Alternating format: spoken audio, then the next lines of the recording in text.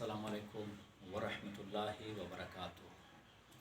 My dear viewers, جیسا کہ آپ کو پتہ ہے کہ آج انشاءاللہ کلاس فرسٹ ایئر سیوکس جو کہ خیبر پختونخوا کے تمام جو 8 بورڈز ہے بی ایس سیز ہیں، اس کے مطابق جو کورس ڈیزائن کیا گیا ہے، آج ہم بطور سبجیکٹ، بطور مضمون علم شہریت کے حوالے سے اس مختصر سی ویڈیو میں بات کرنے کی کوشش کرتے ہیں. اور یہ بھی ہماری کوشش رہے گی کہ اس تھوڑے وقت میں، اس کم وقت میں ہم آپ کو زیادہ سے زیادہ علم شہریت یا سوک کے حوالے سے آپ کو بتاتا چلوں. So, dear students, first of all, I would like to give you a brief introduction about this subject.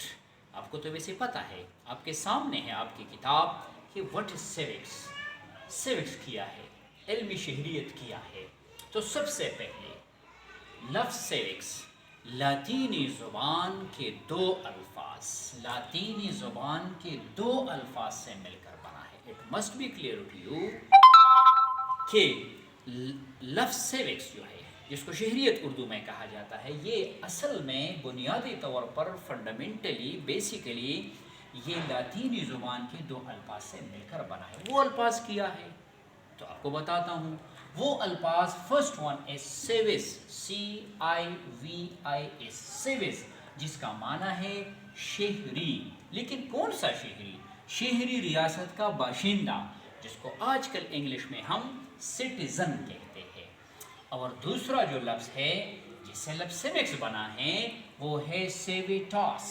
سیویٹاس جس کا معنی ہے شہری ریاست. کون سی شہری ریاست؟ یعنی اسی وقت کی جو سٹی اسٹیٹ. لہٰذا ہمیں پتہ چلا کہ اصل میں لفظ سیوکس لاطینی زبان کے دو الفاظ سے مل کر بنا ہے. فرسٹ ون از civis، جس کا معنی ہے شہری. دوسرا جو لفظ ہے وہ ہے سیویٹاس، جس کا معنی ہے شہری ریاست.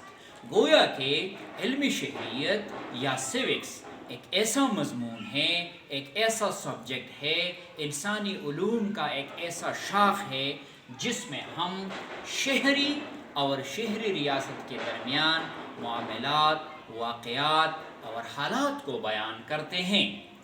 اچھا، فردر ہم اس کو لے کے چلتے ہیں کہ یہ لاطینی زبان سے کیوں اخذ کیا گیا ہے. تو میں آپ کو بتاتا چلو کہ قدیم یونان، جس کو گریس کہا جاتا تھا، اور قدیم روم جو آج کل اٹلی کے نام سے مشہور ہے، اس میں لاطینی زبان بولی جاتی تھی. ان ممالک میں، ان دو قدیم جو ممالک تھے، قدیم جو ریاستیں تھیں یا جو قدیم جو ممالک تھے، اینشینٹ گریک اور روم میں لاطینی زبان، لیٹن لینگویج، وہ لوگ آپس میں بات چیت اس میں کرتے تھے. اور وہاں پر ریکارڈڈ ہسٹری کے مطابق 158 سٹی اسٹیٹس ور دیئر، 158 شہری ریاستیں وہاں پہ. لیکن یہ بھی آپ کو بتاتا چلوں کہ انہی ریاستوں میں the most important word Athens اور Sparta. Athens and Sparta, these were the two important and developed city states among all those 150 states. ان میں یہ دو زیادہ تر مشہور تھیں، ایتھنز اور اسپارٹا. باقی بھی ریاستیں تھیں لیکن یہ دو زیادہ تر مشہور تھیں.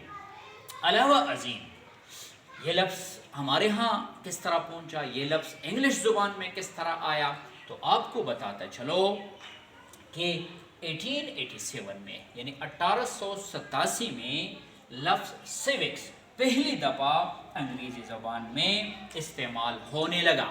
یعنی انگریزی لٹریچر نے، انگریزی زبان نے اس لفظ کو لاطینی زبان سے مستعار لے کے اپنے ہاں انٹروڈیوس کر دیا.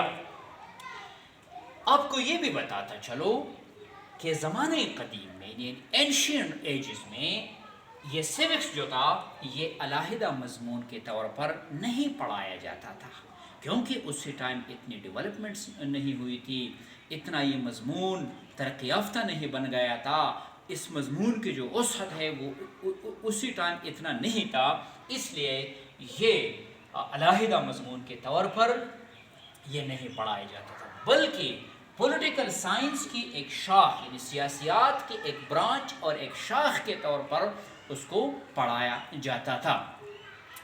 لہٰذا آپ کو مزید میں بتاتا چلوں کہ یہ شہری ریاست، اگر میں ذرا ہسٹری پہ آپ کو لے کے آؤں تو آپ کو پتہ ہونا چاہیے کہ جب متحدہ ہندوستان کی ریاست تھی، یعنی پاکستان اور ہندوستان کا، پاکستان اور انڈیا کا آپس میں بٹوارا نہیں ہوا تھا، وہ آپس میں ایک ہی ریاست میں رہتے تھے، مسلمان اور ہندوز جو سٹیزن تھے متحدہ ہندوستان کے، تو اسی وقت بھی 562 سے لے کے 600 تک تقریباً وہ پرنسلی اسٹیٹس اس کو کہا جاتا تھا، وہاں پہ ریاستی تھی۔